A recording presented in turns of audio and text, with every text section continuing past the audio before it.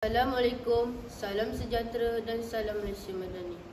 Pohon pepaya tiada berduri, tumbuh bersama bunga melati. Izinkan saya perkenalkan diri, moga-moga menyentuh hati.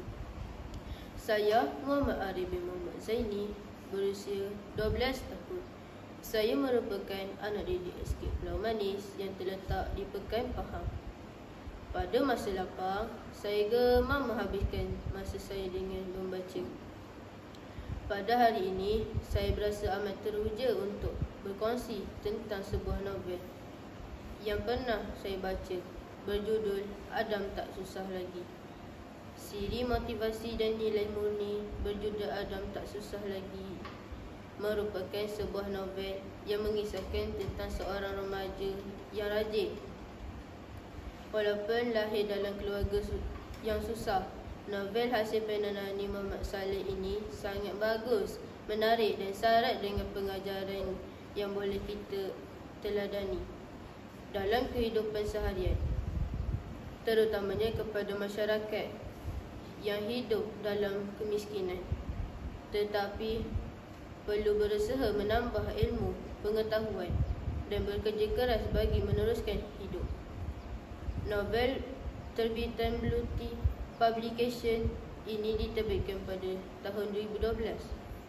Novel ini juga mempunyai 140 halaman dan mempunyai sisipan sebanyak 10 bab. Mari bersama dengan saya untuk kita bersama-sama menghayati cerita ini dengan lebih dekat lagi. Novel ini mengisahkan tentang seorang murid yang bernama Adam Muhlis. Dia merupakan kanak-kanak yang lahir dalam kehidupan serba susah dan hidup di sebuah kampung. Walaupun keluarganya bukanlah keluarga yang senang, bapa mereka iaitu Pak Hasan sering menasihati anak-anaknya supaya bersabar, bersangka baik dan reda dalam menjalani kehidupan. Kemiskinan hidupnya tidak menjadi penghalang kepada Adam untuk mempunyai cita-cita yang tinggi. Kesusahan dan keperitan yang dihadapi menjadi sumber kekuatan untuk terus maju dalam pelajaran. Dugaan demi dugaan terpaksa dihadapi oleh Adam.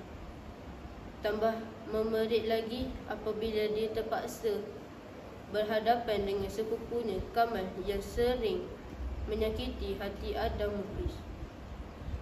Semasa perkemahan, guru meminta murid-murid untuk memasang kemah. Namun Kamal malas. Dia membuat keputusan bersia-sia di dalam hutan. Adam bersetuju untuk menemani Kamal. Semasa di dalam hutan, tiba-tiba Kamal jatuh ke dalam sungai. Kamal lemas. Melihat keadaan Kamal yang dibawa arus, Adam bertekad terjun ke dalam sungai. Walaupun dia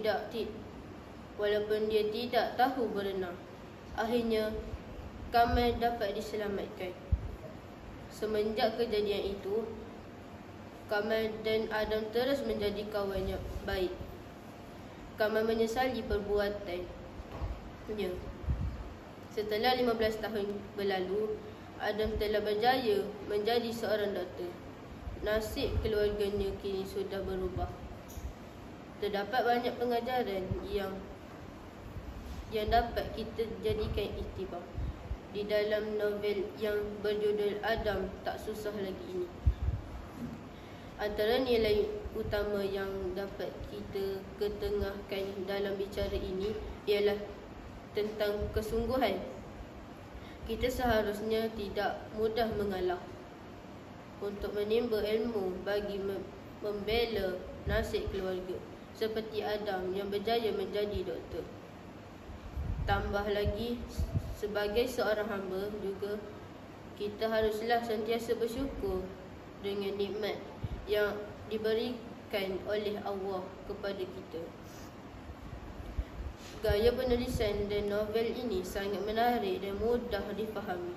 Laras bahasa yang digunakan telah memudahkan pelajar membaca karya yang dihasilkan. ini. Karya yang dihasilkan juga lebih dekat dengan jiwa dan hati remaja. Memandang saya sendiri merupakan murid yang berasal dari kampung. Buku ini juga bukan sahajalah kecil, malah mudah dibawa ke mana-mana dan mempunyai banyak ilustrasi yang menarik dan berwarna-warni. Sisipan glosari yang ada dalam novel ini memudahkan pelajar untuk mengetahui makna sesuatu perkataan yang digunakan.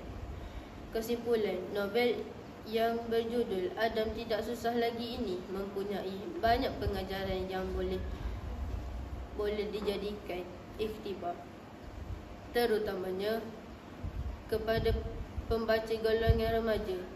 Kita mestilah berusaha untuk memastikan kehidupan kita lebih maju. Saya sudahi bicara buku saya pada hari ini dengan baca sabda Rasulullah SAW yang mengatakan Allah telah menetapkan 5 perkara bagi setiap hamba-hambanya: ajalnya, rezekinya, umurnya, untuk nasib buruk dan nasib baik. Hadis riwayat Ahmad. Sekian, terima kasih.